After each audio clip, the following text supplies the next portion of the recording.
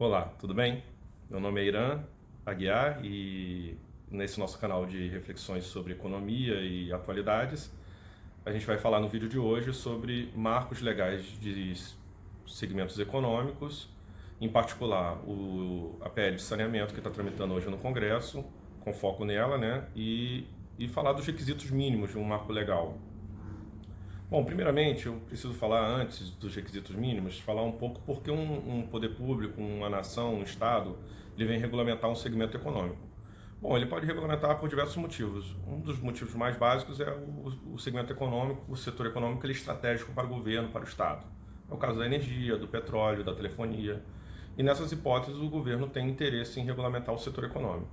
Outra questão é quando há um monopólio natural. Bom, quando há um monopólio natural, só há um operador efetivo no segmento econômico. E aí o governo também tem interesse em disciplinar a vida desse operador para que não haja assimetria de poderes entre ele e o usuário, para não haver nenhum tipo de irregularidade. Bom, dito isso, vamos aos 3 pontos que a gente tem que analisar em qualquer marco legal, em particular esse que está tramitando no Congresso da PL de saneamento, que a gente tem que analisar minimamente para poder realizar uma crítica ou adesão a esse marco legal. O primeiro ponto que a gente tem que abordar é sobre a agência ou órgão do governo responsável pela regulamentação, pela fiscalização, pela normatização desse setor. Em particular, no setor de saneamento que está tramitando agora, a Agência Nacional de Águas vai ficar com essa competência de normatizar e fiscalizar e regulamentar o setor. A Agência Nacional de Águas já é um órgão existente, já tinha poderes de regulamentação sobre os recursos hídricos nacionais e passa agora a compor um conjunto de órgãos regulamentadores do setor de saneamento. Por que um conjunto de órgãos? Porque ela é única? Não, ao contrário de outros setores econômicos onde há um só regulamentador, como a ANEEL para o setor elétrico, que regulamenta desde questões nacionais de geração de energia à distribuição local, no setor de saneamento já há agências reguladoras estaduais e há também agências reguladoras municipais. E a Agência Nacional de Águas ela vai ter uma competência de estabelecer normas de referência. Bom, essas normas de referência já é um ponto inovador dessa PL, porque não há normas de referências em outros segmentos econômicos. Mas sobre isso, sobre questões jurídicas particulares dessa PL que está tramitando no Congresso, a gente fala em outro vídeo. Mas ela vai estabelecer normas de referência e vai compor um conjunto de órgãos regulamentadores públicos, né? Uma federal, algumas estaduais e algumas municipais vão compor essa questão da normatização, fiscalização e regulamentação desse setor de saneamento nacional. O segundo ponto que a gente tem que falar é sobre as disciplinas de operação e oportunidade de entrada dos operadores privados e públicos. E eu destaquei aqui na minha questão, a questão pública, porque em particular nos segmentos econômicos, os operadores públicos historicamente no Brasil tinham vantagens legais sobre os operadores privados. Ainda hoje não é muito diferente, mas está cada vez mais reduzindo essa diferença entre oportunidades para operadores públicos e oportunidades para operadores privados. O setor de saneamento está vivendo um momento bem peculiar, onde está se aproximando bastante a questão das oportunidades de entrada dos operadores privados aos dos operadores públicos. Existem hoje no Brasil as companhias estaduais de saneamento básico e também alguns municípios também estabeleceram suas companhias ou serviços sociais autônomos para operar o setor de saneamento local. Bom, dito isso, e também aqui no Brasil já também temos operadores privados atuando em algumas localidades.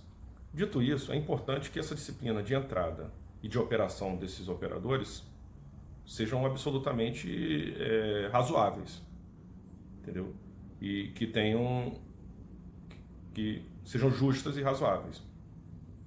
O terceiro e último ponto, eu acredito que é o mais importante, porque ele disciplina a tutela de direito dos usuários. E a tutela de direitos dos usuários é a questão mais próxima do interesse público coletivo.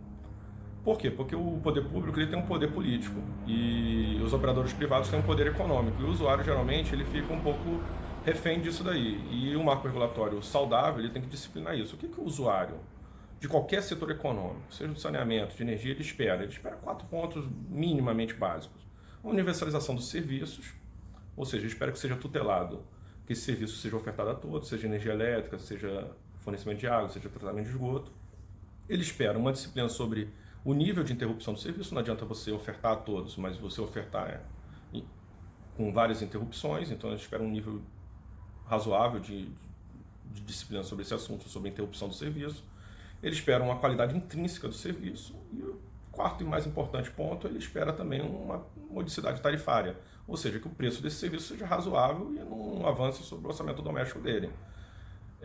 Por quê? Porque o usuário ele não quer um serviço universal de qualidade a qualquer custo, ele quer um serviço a um preço razoável. E um marco regulatório deve disciplinar a priori isso. Por que eu digo a priori? Porque o marco regulatório, como uma análise pontual, ele acontece no momento do tempo, mas ele disciplina uma vida inteira de 20, 30, 40, 50 anos da atividade do poder público, do operador público ou privado e do usuário. Então, as questões que eu estou levantando aqui é para que você faça uma análise da PL do saneamento que hoje está tramitando no Congresso, em março de 2020, e analise esses pontos. Olha, a agência reguladora, ela é competente, ela tem quadros competentes, ela tem instrumentos para realizar essa fiscalização de maneira efetiva. E eu não estou falando hoje somente, não, eu estou falando ao longo de 30 anos.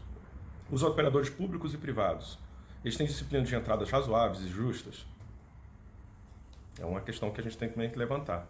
E o último ponto, se tudo isso está fornecendo bem, os usuários eles vão ter, no final das contas, um serviço público ou um serviço concedido de qualidade, com aqueles 4 requisitos que eu falei, com qualidade intrínseca, com a questão da interrupção, da universalização e modicidade tarifária.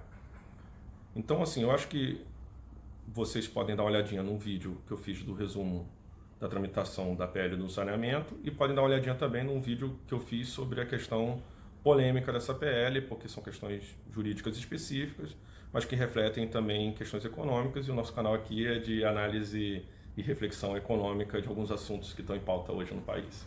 Um abraço a todos e muito obrigado.